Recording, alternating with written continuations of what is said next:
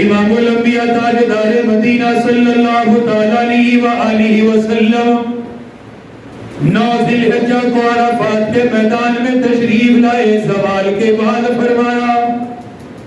فرما میرے صحابہ مقام نمرہ پر حج کا خطبہ دیا جائے گا. عرفات کے میدان میں وقوف عرفہ حج کا سب سے بڑا فرض بھی ادا ہوگا. فرمایا اسی درمیان میں تمہیں حج کا خطبہ بھی دوں گا, ارکان بھی سمجھاؤں گا, دین کی باتیں بھی سمجھاؤں گا. فرمایا میری اونٹنی کو لایا جائے. مقام نمرہ پر آپ کی اونٹنی کو لایا گیا. امام الانبیاء تاجدار مدینہ صلی اللہ تعالیٰ علیہ وآلہ وسلم اپنی اونٹنی پر سوار ہوئے. صحابہ کا مجمع سامنے موجود ہے, 1.25 لاکھ صحابہ کرام موجود ہے. آپ نے خطبے کا آغاز کیا. سب سے پہلے اللہ کی حمد بیان کی, اللہ کی حمد و ثنا بیان فرمائی. امت کو یہ سبق دیا, امت کو یہ درس دیا, ہر چیز سے پہلے اللہ کی تعریف کرنا, اللہ کی حمد و ثنا بیان کرنا. آقا نے اللہ کی حمد بیان فرمائی. حمد و ثنا کے بعد فرمایا لوگوں, عرفات کے میدان میں یہ میری تم سے آخری ملاقات ہے. آئندہ سال میں حج کے لیے نہیں آؤں گا, میرے دنیا سے جانے کا وقت آ چکا ہے. القریب میں دنیا سے چلا جاؤں گا. یہ عرفات کے میدان میں میرا آخری خطبہ ہوگا, میرا آخری کلام ہوگا. فرمایا میرے صحابہ میری باتوں کو اچھی طریقے سے یاد کر لینا, اپنے پاس محفوظ کر لینا. جو یہاں موجود ہیں ان باتوں کو یاد کرنے کے بعد میری امت تک پہنچانا تمہارا کام ہے. فَلْيُبَلِّغُ الشَّاهِدُ الْغَائِبَ, فرما جو حاضر ہیں وہ غائب تک پہنچائیں گے, دین کا پیغام لے کر جائیں گے. آپ نے پھر خطبے کا آغاز کیا. فرمایا اے لوگوں, زمانہ جاہلیت کی ساری رسمیں اللہ نے میرے قدموں کے نیچے روند ڈالی. جاہلیت کی رسموں پہ عمل نہ کرنا, جاہلیت والے کام نہ کرنا. جو چیزیں میں نے منع کر دی, جاہلیت کے اندر جھگڑے فتنے فسادات کئی سال تک چلتے رہتے تھے. آپ نے فرمایا ایک دوسرے کو معاف کر دیا جائے. آج تک جس کا قصاص کا معاملہ ہو, عرفات کے میدان کے اندر ہی معافی کا اعلان کر دے, قصاص معاف کر دے, ایک دوسرے کو خون معاف کر دے. فرمایا میری کہنے کی وجہ سے اس معاملے کو ختم کر دیا جائے. تمام صحابہ کرام نے عام معافی کا اعلان فرمایا. پھر آپ نے مساوات کا درس دیا. فرمایا میرے صحابہ کسی عربی کو عجمی پر کوئی فوقیت حاصل نہیں, کسی گورے کو کالے پہ فوقیت حاصل نہیں. فرمایا بزرگی کا معیار, تقوی کا, کامیابی کا معیار اللہ نے تقوی کے اوپر رکھا ہے. جس کے اندر تقوی موجود ہوگا اللہ کی نظروں میں بڑا رہے گا, وہ بزرگی والا شمار ہوگا.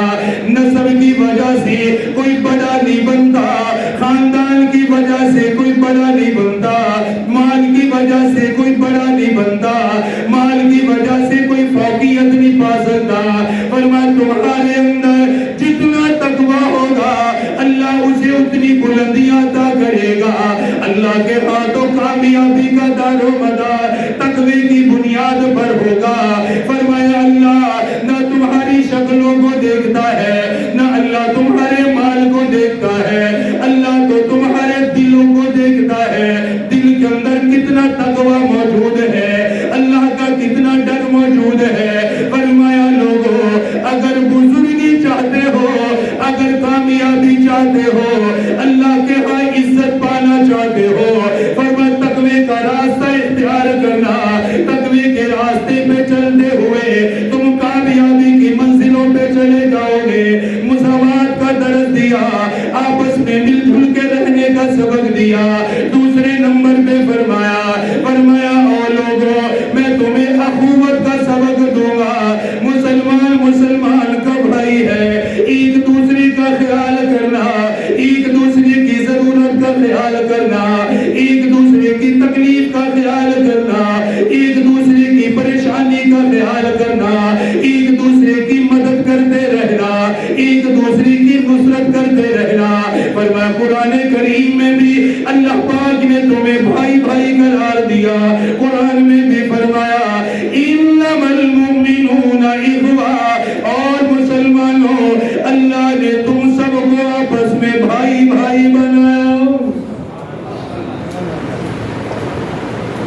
ایک مسلمان کا غم اپنا غم سمجھنا، اس کی پریشانی کو اپنی پریشانی سمجھنا۔ اگر کسی مسلمان کو تکلیف میں دیکھو، نکالنے کی کوشش کرنا، مدد کرنے کی کوشش کرنا، تعاون کرنے کی کوشش کرنا۔ کسی کو پریشانی میں دیکھو، اس کے غم کو ہلکا کرنے کی کوشش کرنا، تسلی کے الفاظ اسے کہہ دینا تاکہ اس کا بوجھ ہلکا ہو جائے، اس کا غم ہلکا ہو جائے۔ آپ نے اخوت کا سبق دیا، بھائی چارے کا سبق دیا، آپس میں پیار محبت کا سبق دیا۔ اس کے بعد فرمایا حسن سلوک کا خیال کرنا، اپنی ماں کے ساتھ بھی اچھا برتاؤ کرنا، اپنے باپ کے ساتھ بھی اچھا برتاؤ کرنا۔ سب سے زیادہ حسن سلوک کا حقدار تمہاری ماں ہے، سب سے بڑا تمہارے اوپر حق تمہاری ماں کا ہے۔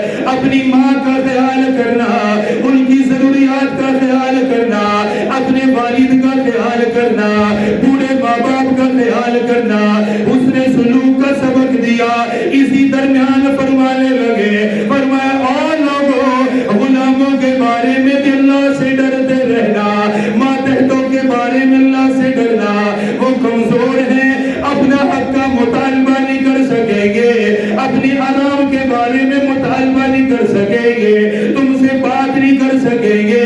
فرمایا غلاموں کا خیال رکھنا، انسان سمجھ گی جو تم کھاتے ہو انہیں بھی کھلانا، جو تم پیتے ہو انہیں بھی پلانا۔ فرمایا ان کے آرام کا خیال کرنا۔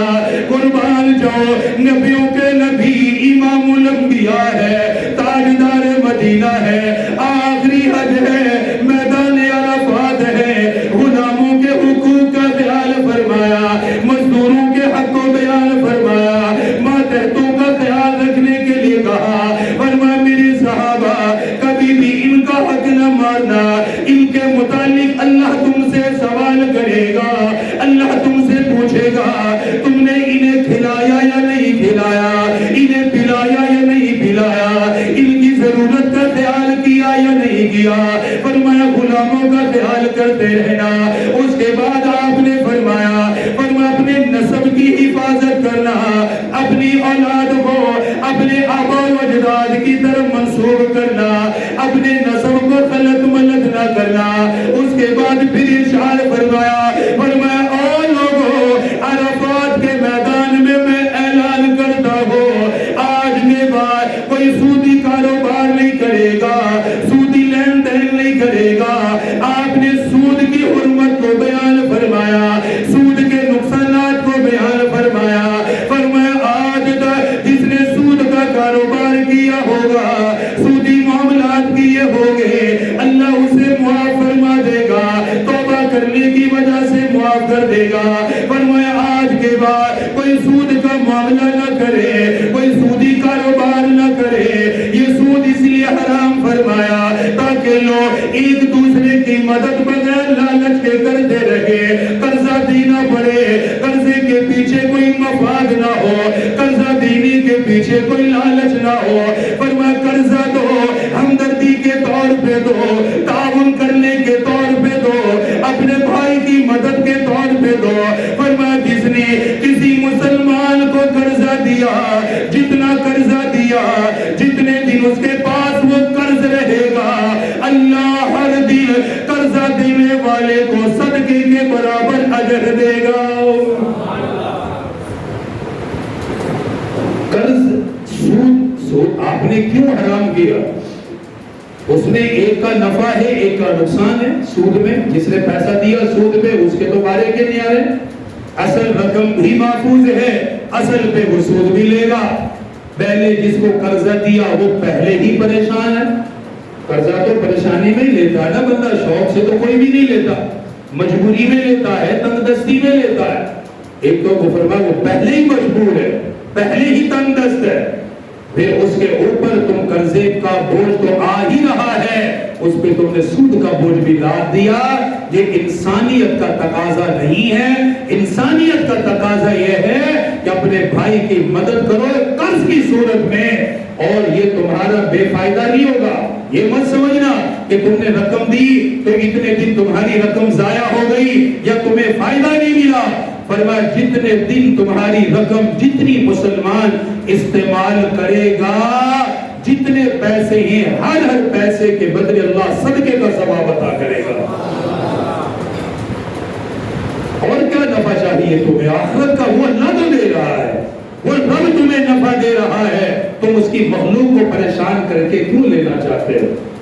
پھر سود لینے والا فرمایا اللہ اور اس کے رسول سے اعلان جنگ کرتا ہے، معاف کر دو سب سے پہلے۔ پھر یہ بات یاد رکھو، یہ چونکہ اہم معاملہ تھا، مکے میں سود بہت عام تھا، آپ نے فرمایا سب سے پہلے، توجہ کرو، سب سے پہلے فرمایا میں اپنے خاندان کا سود معاف کرتا ہوں۔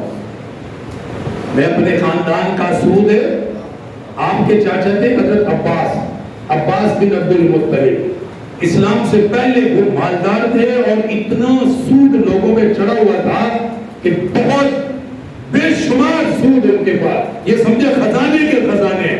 عرفات کے میدان میں فرمایا سب سے پہلے اپنے چاچا کی طرف سے معافی کا اعلان میں کرتا ہوں، میرا چاچا کسی سے سود وصول نہیں کرے گا، انہوں نے جو قرضہ دیا ہے اصل قرضہ لے گا، اس کے اوپر جو سود مقرر ہوا تھا فرمایا میری طرف سے وہ معاف ہے۔ یہ ہوتی ہے تربیت، یہ ہوتا ہے اعلان، اپنے آپ کو اپنے خاندان کو پہلے رکھا ہے۔ فرمایا میرے چاچا عباس بن عبد المطلب، مجھے پتا ہے اس کا سود ہے بے شمار لوگوں پر، فرمایا میں عرفات کے میدان میں اپنے چاچا کی طرف سے معافی کا اعلان کرتا ہوں، تم بھی معاف کر دو، کوئی کسی سے سود نہ لے، عام معافی کا اعلان۔ فرمایا سود کی حرمت کا اعلان کر دو، آج کے بعد کوئی سود نہیں کھائے گا، سود لینا بھی حرام، سود دینا بھی حرام۔ سود کے معاملات ذکر کرنے کے بعد پھر عورت کا ذکر فرمایا، فرمایا تم نے عورتوں سے نکاح کیا، اللہ کے نام پر وہ حلال ہو گئی، تمہاری بیوی بن کے تمہارے گھر کے اندر آئی، اپنے باپ کا گھر چھوڑا، تیرے گھر کو آ کر بسایا، اپنی ماں کے گھر کو چھوڑا، تیرے گھر کو آ کر بسایا، اپنے بہن بھائیوں کو چھوڑا، تیرے گھر میں آ کر رہنے لگی، گھر کے کام کاج بھی کرنے لگی۔ فرمایا عورتوں کے حقوق کا خیال کرنا، اپنی خواتین کا خیال کرنا، فرمایا ان کے کھانے کا خیال کرنا، ان کے پینے کا خیال کرنا، ان کی رہائش کا خیال کرنا۔ عورتوں کے ذکر کے درمیان آپ نے پھر وہی جملہ فرمایا، فرمایا لوگوں جیسے غلام کے بارے میں نے کہا اللہ سے ڈرتے رہنا، فرمایا عورت کے بارے میں بھی یہی کہوں گا، اللہ سے ڈرتے رہنا۔ کمزور ہے طاقت کے لحاظ سے بھی، عقل کے لحاظ سے بھی، فرمایا اسے الجھنا نہ، جھگڑا نہ کرنا، اس کو پیار محبت سے چلاتے رہنا۔ اگر تم نے ظلم کیا، اگر تم نے پیٹا یا مارا، اگر تم نے ان کا خیال نہ کیا، اللہ کے نام پر وہ تمہارے لیے حلال ہوئی، اللہ کے نام پہ وہ تمہارے عقد میں آئی، اس لیے فرمایا اتقوا اللہ فی النساء، فرمایا لوگوں عورتوں کے بارے میں اللہ سے ڈرتے رہنا۔ پھر ارشاد فرمایا تم میں سب سے بہترین انسان وہ ہے جو اپنے گھر والوں کے ساتھ بہترین بن کے رہے گا۔ خیرکم خیرکم لأہلہ، تم میں سب سے بہترین انسان وہ ہے جو اپنے گھر والوں کے ساتھ بہترین ہو۔ باہر والوں کے ساتھ تو سارے اچھے ہوتے ہیں، دکھلاوے کے لیے، اچھا بننے کے لیے، اپنی بزرگی جمانے کے لیے، باہر تو سارے اچھے ہیں، فرمایا اچھائی کا معیار تو گھر کا ہے، پتہ تو گھر سے چلے گا کہ تیرے معاملات گھر کے اندر کیا ہے۔ بہترین انسان وہ ہے جو اپنے گھر میں بہترین ہوتا ہے، جس سے اس کے گھر والے امن میں ہوتے ہیں، سکون میں ہوتے ہیں۔ اب تو اللہ معاف کرے، گھر کے حالات اس قدر، بیوی بچے تو پیچھے چلے گئے، اب تو ماں بچے سے بات کرتے ہوئے ڈرتی ہے کہ پتہ نہیں چلے گا کہ یہ جواب کہاں سے دے گا، باپ بات کرتے ہوئے ڈرتا ہے، جھجکتا ہے کہ پتہ نہیں ڈانٹ پڑے گی یا کیا آگے سے مجھے نیا سبق پڑھائے گا، ڈرتا ہے۔ جس گھر میں ماں باپ ڈر کر رہتے ہو، بتاؤ اس گھر کا حال کیا بنتا ہوگا، اس پر رحمت نہیں آتی، اس پر تو اللہ کا غضب ہے جو کسی بھی وقت برس سکتا ہے۔ اس لیے فرمایا کہ ان کا خیال کرنا، خواتین کا بہترین وہ ہے جو گھر میں بہترین ہو۔ پھر فرمایا آخر میں فرمایا کہ خواتین بھی چونکہ پورے مجمع میں تھی، فرمایا کہ تمہیں بھی یہ میری نصیحت ہے کہ اپنے خاوند کے حقوق کا خیال کرنا۔ دونوں کو، یہ دونوں دو پہیے ہیں جو مل کے اس زندگی کو آگے بڑھاتے ہیں۔ یہ بات، یہ خطبے آپ نے ارشاد فرمائے، یہ خطبہ ارشاد فرمانے کے بعد آپ نے صحابہ کو فرمایا میرے صحابہ اب ذرا مجھے یہ بتاؤ، 23 سالہ میرا نبوت کا دور ہے، 23 سالہ دور میں نے تمہیں قرآن بھی سکھایا، نماز بھی سکھائی، دین کے دیگر ارکان بھی میں نے بتائے، میں نے تمہیں دین دیا، دین میں نے تمہیں سکھایا۔ قیامت کے دن اللہ تعالیٰ میرے متعلق سوال کرے گا، میرے متعلق اللہ پوچھے گا، بتاؤ تم کیا جواب دو گے؟ میں نے دین تم تک پہنچایا یا نہیں پہنچایا؟ اللہ کی امانت تمہیں پہنچائی یا نہیں پہنچائی؟ دین تمہیں سکھایا یا نہیں سکھایا؟ اپنی ذات کے متعلق سوال کیا، اپنی ذات کے متعلق پوچھا۔ فرمایا میرے صحابہ ذرا بول کے بتاؤ۔ حضرات صحابہ کرام ایک مرتبہ نہیں، دو نہیں، 3 مرتبہ جواب دیا۔ عرض کرنے لگے آقا آپ نے صرف دین نہیں پہنچایا بلکہ دین پہنچانے کا حق ادا کر دیا۔ آپ نے صرف اللہ کی امانت نہیں پہنچائی، پہنچانے کا حق ادا کیا۔ ہمیں معلوم ہے طائف کے اندر پتھر پڑے، ہم نے دیکھا، مکے والوں نے کتنا ظلم کیا ہم نے دیکھا، پیٹ پہ پتھر باندھے ہم نے دیکھا، پھر بھی لوگوں کی بھلائی کے لیے، لوگوں کی کامیابی کے لیے محنت کرتے رہے، لوگوں کے دروازوں پہ جا جا کے اسلام کی دعوت دیتے رہے، کلمے کی دعوت دیتے رہے، اسلام کی طرف لوگوں کو بلاتے رہے۔ تمام صحابہ نے عرض کیا تھا ہم اللہ کے سامنے ہی عرض کریں گے بلکہ دنیا میں ہم گواہی دیتے ہیں۔ آپ نے صرف دین نہیں پہنچایا بلکہ دین پہنچانے کا حق ادا کر دیا۔ آپ نے آسمان کی طرف دیکھا، یہ شہادت والی انگلی کو بلند کیا، فرمایا اللہم اشہد، اے میرے پروردگار تو گواہ رہنا۔ میرے صحابہ نے اقرار کیا ہے، یہ اس بات کی گواہی دے رہے ہیں میں نے دین پہنچانے کا حق ادا کر دیا، اسلام بتانے کا حق ادا کر دیا۔ آپ نے اپنا خطبہ مکمل کیا، بات کو مکمل کیا۔ خطبے کے بعد سورۃ المائدہ کی آیت نازل ہو گئی۔ حضرت جبرائیل تشریف لے آئے، فرمانے لگے آقا اللہ نے دین کو مکمل کر دیا، شریعت کو مکمل کر دیا، اسلام کو مکمل کر دیا۔ اللہ نے قرآن میں فرما دیا الیوم اکملت لکم دینکم واتممت علیکم نعمتی ورضیت لکم الاسلام دینا۔ این اسی وقت آپ قصوہ اونٹنی پر سوار ہے، خطبہ مکمل کیا تھا، اسی درمیان یہ آیت نازل ہو گئی۔ اس آیت اللہ پاک نے فرمایا میرے حبیب اپنی امت کو بشارت دے دو میں نے ان کے لیے ان کا دین مکمل کر دیا۔ دین کامل ہو گیا ہے، دین کامل ہو گیا، دین مکمل ہو چکا ہے، دین اپنی تکمیل کو پہنچ چکا ہے۔ جتنے بھی دین کے احکام تھے، جو معاملات تھے، اللہ نے آپ کو دیے، آپ نے وہ امت تک پہنچا دیے ہیں۔ دین کی تکمیل کا اعلان ہو گیا۔ بس اس کے ساتھ تعاون میری طرف توجہ کرے، میں جلدی کچھ باتیں عرض کر کے ختم کرتا ہوں۔ یہ بات آپ نے فرمائی، میں نے پچھلے جمعے ایک بات کہی تھی، شاید آپ نے توجہ نہیں دی۔ میں نے کہا تھا کہ عرفات کے میدان کا جو خطبہ ہے ہر مسلمان کے پاس محفوظ ہونا چاہیے، لکھنا چاہیے آپ حضرات کو۔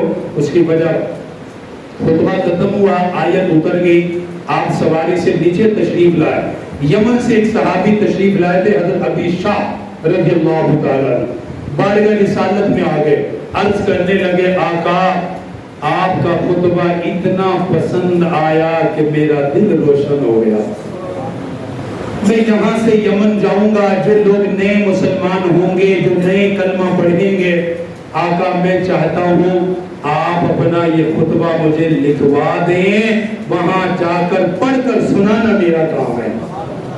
آپ مجھے یہ لکھوا دیں جو آپ نے نکات ارشاد فرمائے ہیں۔ آپ نے اسی وقت کاتب کو بلا کر فرمایا ابھی شاہ کو میرا پورا خطبہ لکھ کر دو تاکہ یہ یمن کے لوگوں کو جا کے میرا خطبہ سنائے۔ اس لیے میں نے کہا تھا پچھلے جمعے کہ خطبہ محفوظ ہونا چاہیے، لکھا ہونا چاہیے، کہ صحابی کی محبت اور آقا نے پسند کیا اس عمل کو کہ خود لکھوا کر اس کے حوالے فرمایا۔ وہیں پر اسی خطبے کے درمیان عصر کا وقت ظہر کا گزر چکا تھا، کافی عصر کا وقت داخل ہو چکا تھا، داخل ہونے کے قریب تھا۔ صحابہ نے عرض کیا آقا ظہر کا وقت تقریباً گزر گیا ہے، خطبے کے درمیان تو کیا حکم ہے؟ آپ نے حضرت بلال کو فرمایا بلال اذان پڑھو، عرفات کے میدان میں اذان پڑھو۔ کیا اس مقدر ہے اس صحابی کا، مار تو کھائی ہے لیکن جو ملا ہے، جہاں بھی اللہ کے نبی کے ساتھ ہوتے تھے اللہ کے نبی آزان حضرت بلال سے پڑھواتے تھے۔ فرمایا بلال آزان پڑھ، آزان پڑھی، عرفات کے پہاڑ پہ کھڑے ہیں، آزان پڑھ رہے، آزان مکمل ہوئی، آپ نے فرمایا ظہر کی نماز کی نیت باندھو، سنتیں ہوئی، ظہر کی نماز پڑھائی آپ نے۔ ظہر کی نماز کے فوراً بعد تھوڑے سے وقفے کے بعد اسی عرفات کے میدان میں دوبارہ تکبیر ہوئی اور عصر کی نماز ادا فرمائی۔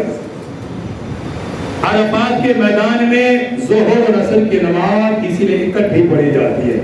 اسلام ہے، ہم اپنی مرضی سے نہیں کر سکتے، اللہ کے نبی نے جہاں جمع کی ہم جمع کرتے ہیں، جہاں الگ، یہی تو اسلام ہے نا، ہمارا نہیں ہے، ہماری مرضی نہیں، مرضی ہے اللہ کے رسول کی۔ دو نماز اکٹھی پڑھائی، پڑھ لی، پھر اس کے بعد